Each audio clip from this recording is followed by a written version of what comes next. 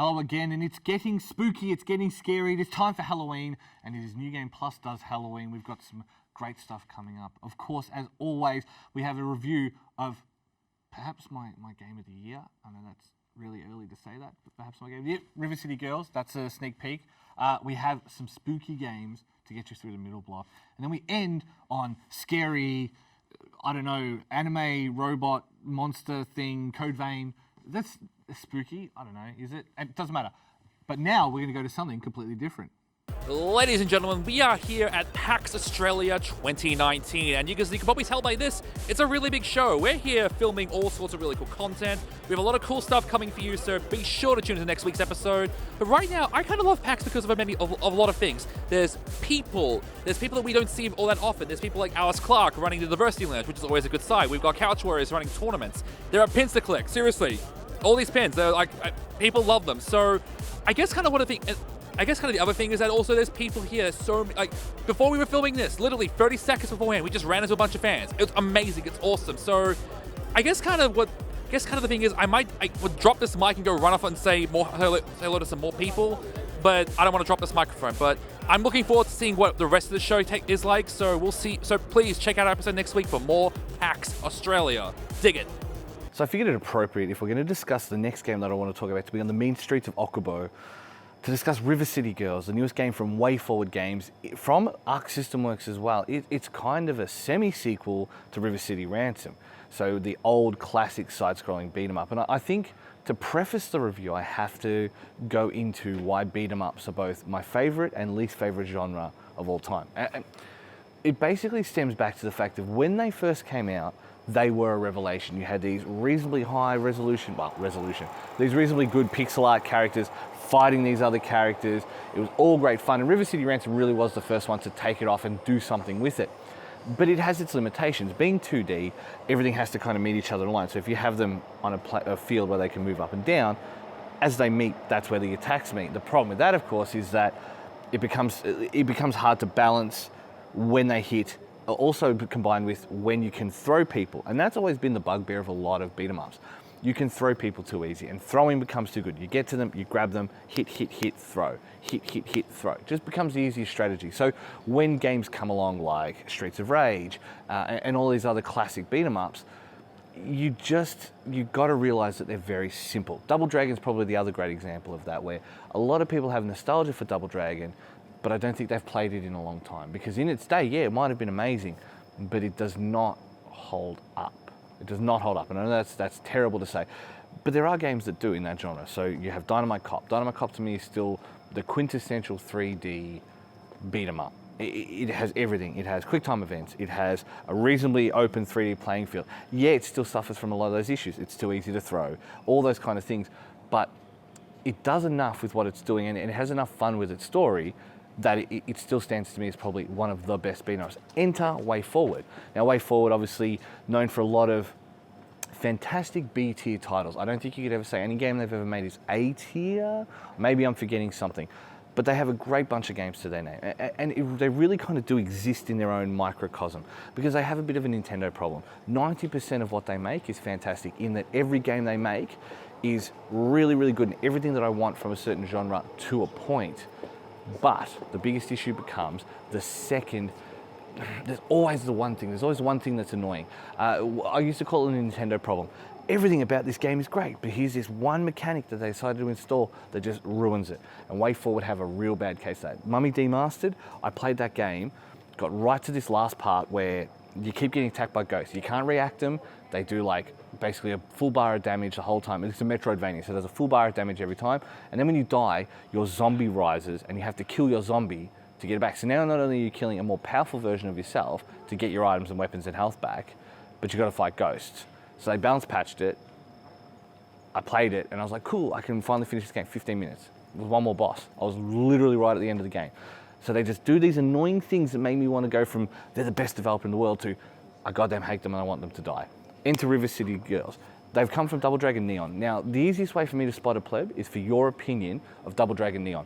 If you think that it is worse than the original, you are a pleb. It is 100% better than the original game. And I understand why the original game was so cool, but it added stuff to it. It added a dodge mechanic, it added a guard mechanic, it added all these things that these simple side-scrolling beat-em-ups have struggled with for a long, long time. River City Girls comes along and it just knows what it's doing. These guys have made these games for, it's under the supervision of Arc System Works or Axis, so they know what they're doing as well. So you have this issue where you have these two great companies bringing these franchises together and they make what you would think to be the best side-scrolling beat-em-up of the time. And it is. It looks fantastic. It plays really well. And as you start to build and level up your character, be it Misako or Kyoko, the game feels better. You can tell that they've deliberately hamstrung you until such point as you unlock different powers and continue on from there. So the skill cap and the progression curve goes up. You can still die to plebs, like attacks will damage you really heavily. Every single random enemy is still scary. It's all just the different patterns that they bring into the equation. The problem the game faces is it is still a beat 'em up. So you have to balance the timings of when you are, like when you have active frames, when you have like recovery frames, all those kinds of things. And that becomes kind of the problem. It does get a little bit formulaic. However, it does such a good job of being stylish and over the top that you can look past it to a certain degree. And all the new environments are colorful, and yeah, they're all tropey, and they're all taking off particular elements of the genre. Like you go to the beach, that's very much Streets of Rage. You go through all these like grungy, grimy suburbs. Like it just does such a great job, and it's so nostalgia filled and yet such a good game that you can overlook a lot of its issues. But at its core, it is still a beat 'em up. So that is where, and I love using the line, your mileage may vary. If you enjoy beat 'em ups, this is probably the best one to come along in a very long time, probably since Double Dragon Neon. The two best side-scrolling beat 'em ups in the last however long are Double Dragon Neon and River City Girls. Maybe Castle Crashers. You could probably chuck Castle Crashers in there as well, because I think Castle Crashers did enough for the genre to make it interesting. But it's going to come down to whether you like beat 'em ups. Now the lucky thing is you can play 2 players, so at least you can co-op it with 2 people. So there's that going for you. Beyond that though, it's really going to come down to how much you like beat 'em ups and whether you like it or not, and whether you're going to go buy your SNES Mega Drive Mini and go, wow, I love Streets of Rage. You're going to play it for 10 minutes and you're going to realize just how bad Streets of Rage is when you think of it in the context of the games that you currently play. River City Girls though, definitely worth a look.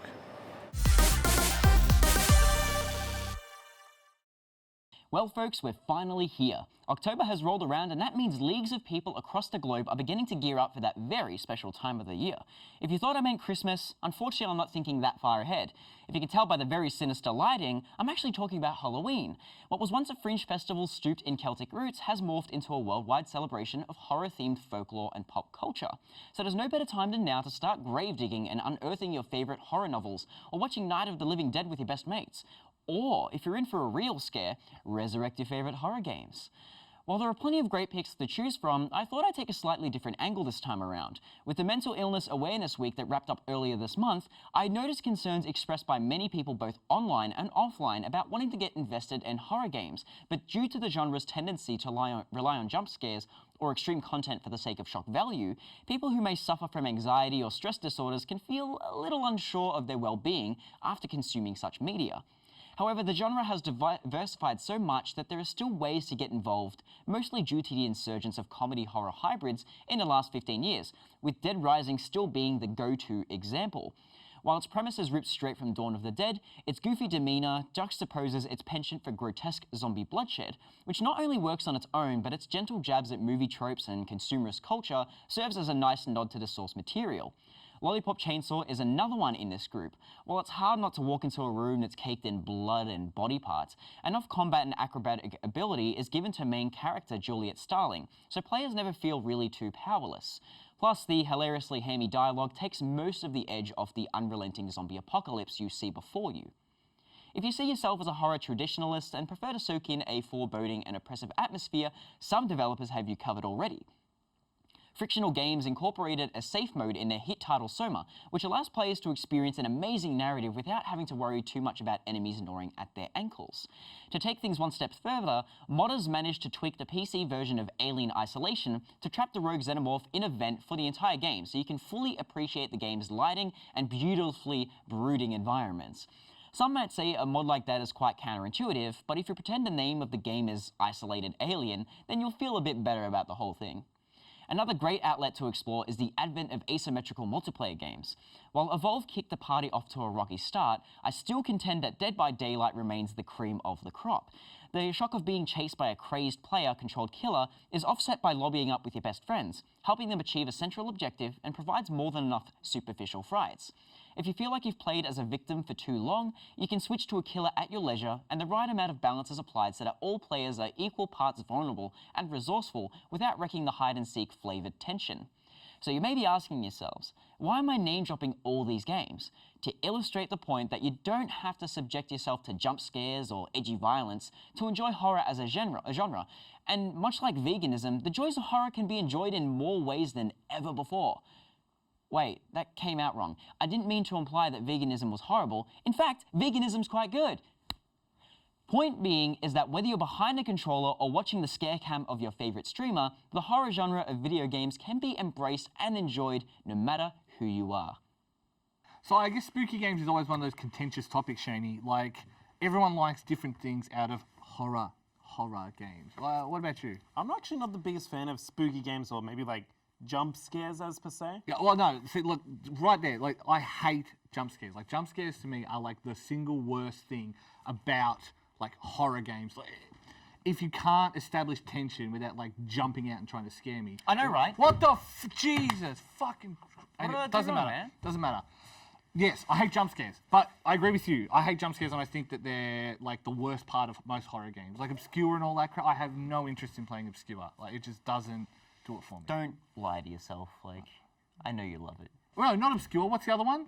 The stupid one where you walk around naked. The guy walks around naked and he tries to kill. He looks like Tony Abbott. Obscure, yeah. Is that Obscure? It's not Obscure. Deadly it's- Premonition. it's Outlast. Outlast. that's it. Obscure's the We're getting good our- one. We're getting our O's mixed up. Obscure's the Obscure's good actually one. the good one. That is very, very good game. But what about you, Shaney? Like, I'm a big fan of maybe like Zero Escape series. I'm not like, scare jumps, like anything that's actually honestly scary. Not actually the biggest fan, but tension, like tension on characters. Overwhelming sense of dread. Overwhelming sense of dread. Just like everything that I usually feel every day. Yeah, that's true. I know. Yeah. And I like that in like, my horror games, but it's not really horror. Nice. So walking into a crowd is a horror game for Shaney. Having to socialize with someone is a horror game for Shaney. Being on this show is a horror game for Shaney. That's true. I can't help but say I resonate with that. Yeah. I really don't. So I guess so you covered off a lot of great ones that don't have the. And again, it is a good point to point out is that using tactics like that can trigger particular things in people, and so I don't think that makes them good horror. Like, It Follows was still one of the best horror movies of the last few years, and it rarely uses that as a tactic. I mean, even games like Folklore. I love Folklore. It's on like the old PS3 game. Oh, the one that nobody played, and I'm sad about that. Yeah, look, it's a great game. It's a great game. It is. And so there are a lot of games like that that I think are great, but don't rely on that really cheap tactic of just jumping out at you. I think horror encompasses more than just the idea of jump scares. Now, it has its place. You know, every now and then you'll sit there and go, I really want to play a game like Five Nights at Freddy's. You don't actually, but sometimes you just want that jump scare, you want that release. But then you've also got other games that are really good like that. Again, Zero Escape is great in the sense that it lampoons a lot of the tension that movies like Saw have, where it's like it's a very kind of like prolonged sense of tension that when that release happens, it feels really nice, feels really accomplished, feels really good, a real tight feeling. It feels fantastic. That's a different kind of horror. That's there's also other games as well which does like the kind of torture porn angle really well, but in the sense that you utilize stuff like audio. So Corpse Party is a fantastic example in the sense that it was an old PC Engine game that got remade on the PSP, and all the characters are just tiny little sprites that you'd expect. Hasn't it from come a out little on PC. Switch now, or it's coming out on Switch? Yeah, there's like Vita re-releases. What a world. Yeah, what a world. And it utilizes stuff like audio, like the sounds of like bones like breaking and teeth being like ripped out of people's gums, and like it shows absolutely none of it, but you hear a hell of a lot of it. And games exploring that kind of idea rather than just showing jump scares is great. It's creative and it's awesome. And I think that's probably one of the most underlooked elements of a lot of these games is like, you can throw like a lot of visual aspects and stuff like that, but it is about that sound. Like it's built on how creepy the sound can be. Oh, well, that's even like all like soundtracks. Yeah. Like, you look at like even your Silent Hill and stuff like that. A lot of those games, the first thing you're really hearing is that eerie music, and then you're seeing like the massive amounts of fog and walking around, and there's a dog maybe trying to chew your arms off or whatever. But no, like, or he's controlling the world. Ori's controlling Yeah. it up, but that's a different ending. Spoilers. Silent Hill's got some really good ideas, and a lot of RPG Maker horror games like Ib and Mad Father and Dreaming Mary is that it works within its limitations. Silent Hill, for example, managed to limit a lot of its really poor draw distance by incorporating fog into its aesthetic, which is awesome. RPG Maker games do a very similar thing. Games like Off, where there's some really eerie elements, and through the strength of its writing and its aesthetic, manages to carry through a really tense, creepy, oppressive atmosphere. But I guess that's the point, is like those older games had to work inside those limitations, and that's exactly what worked for them. But I guess the great thing is there are lots of great games coming out very soon. Luigi's Mansion, Ghostbusters, so there's lots of spooky games, but not actually like jump scary horror games. Is there something you guys are looking forward? What the fuck? What the fuck? Like, we talk about spooky games for one thing, and suddenly people are disappearing. What the fuck?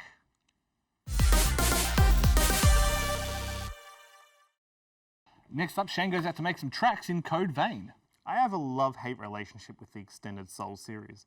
I love them, and completing them makes me feel kind of nice, a feeling I don't really get with video games anymore.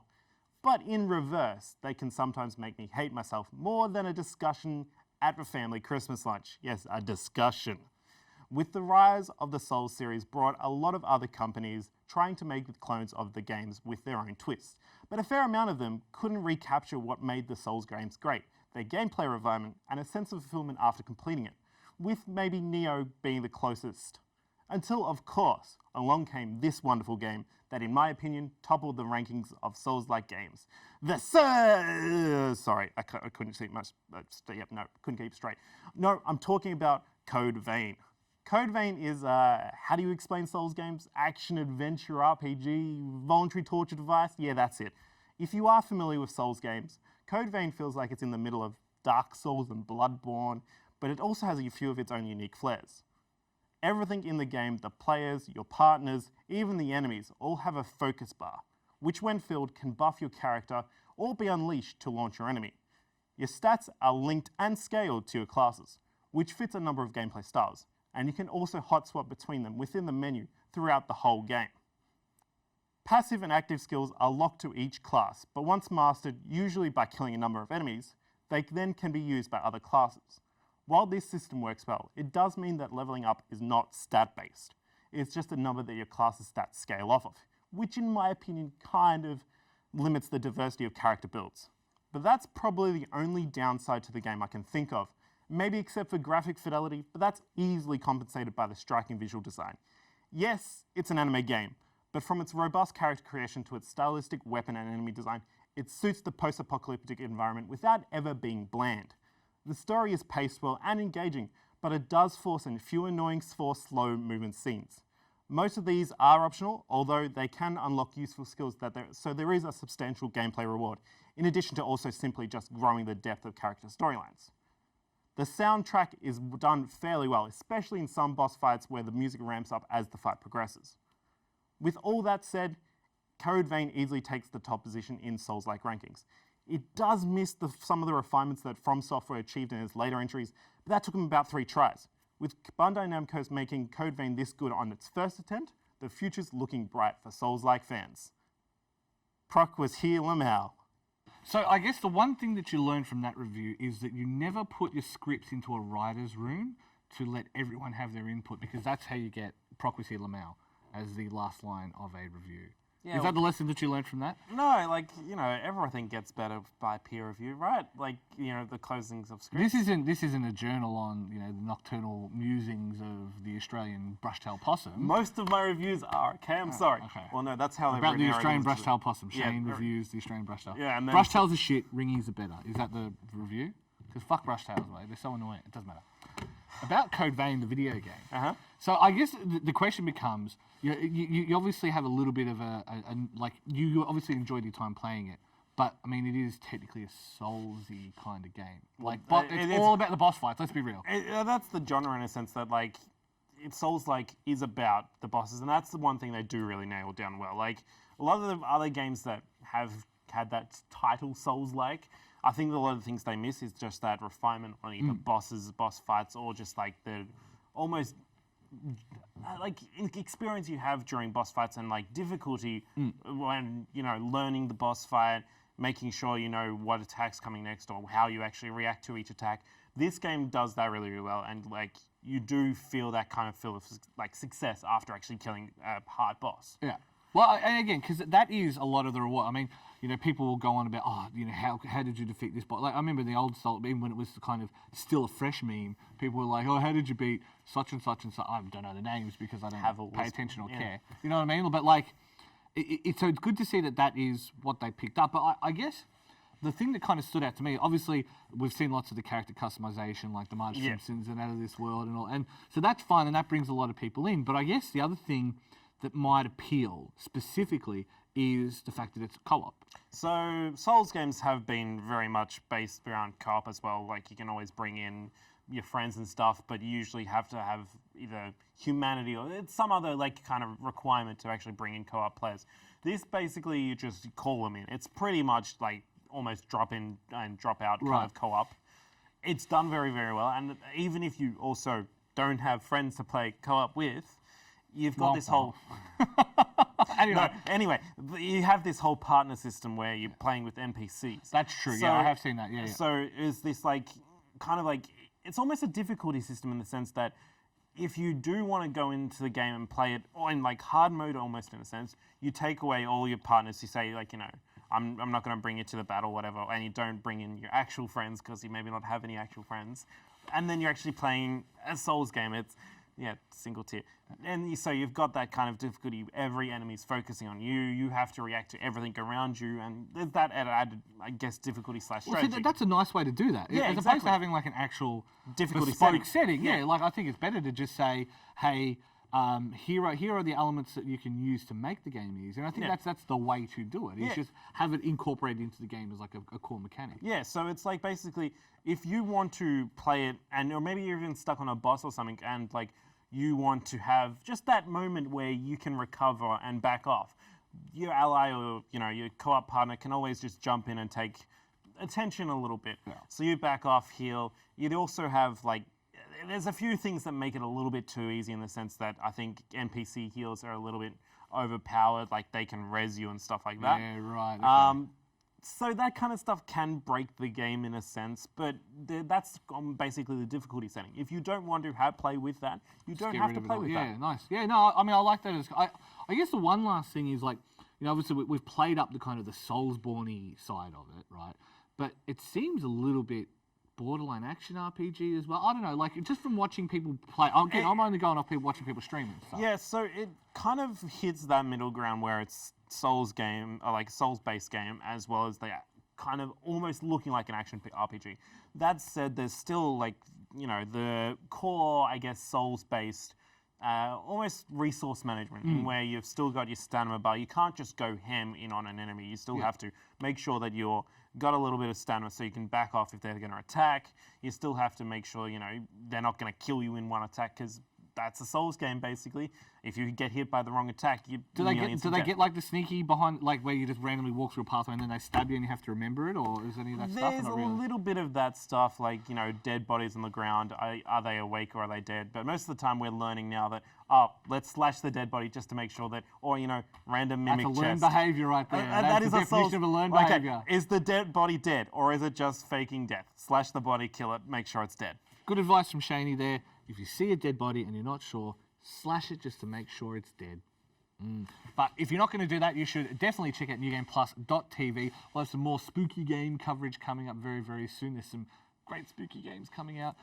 Don't forget to check out our Facebook, Twitter, Twitch, Instagram, all the good stuff at New Game Plus TV. And we'll hopefully see you guys next week.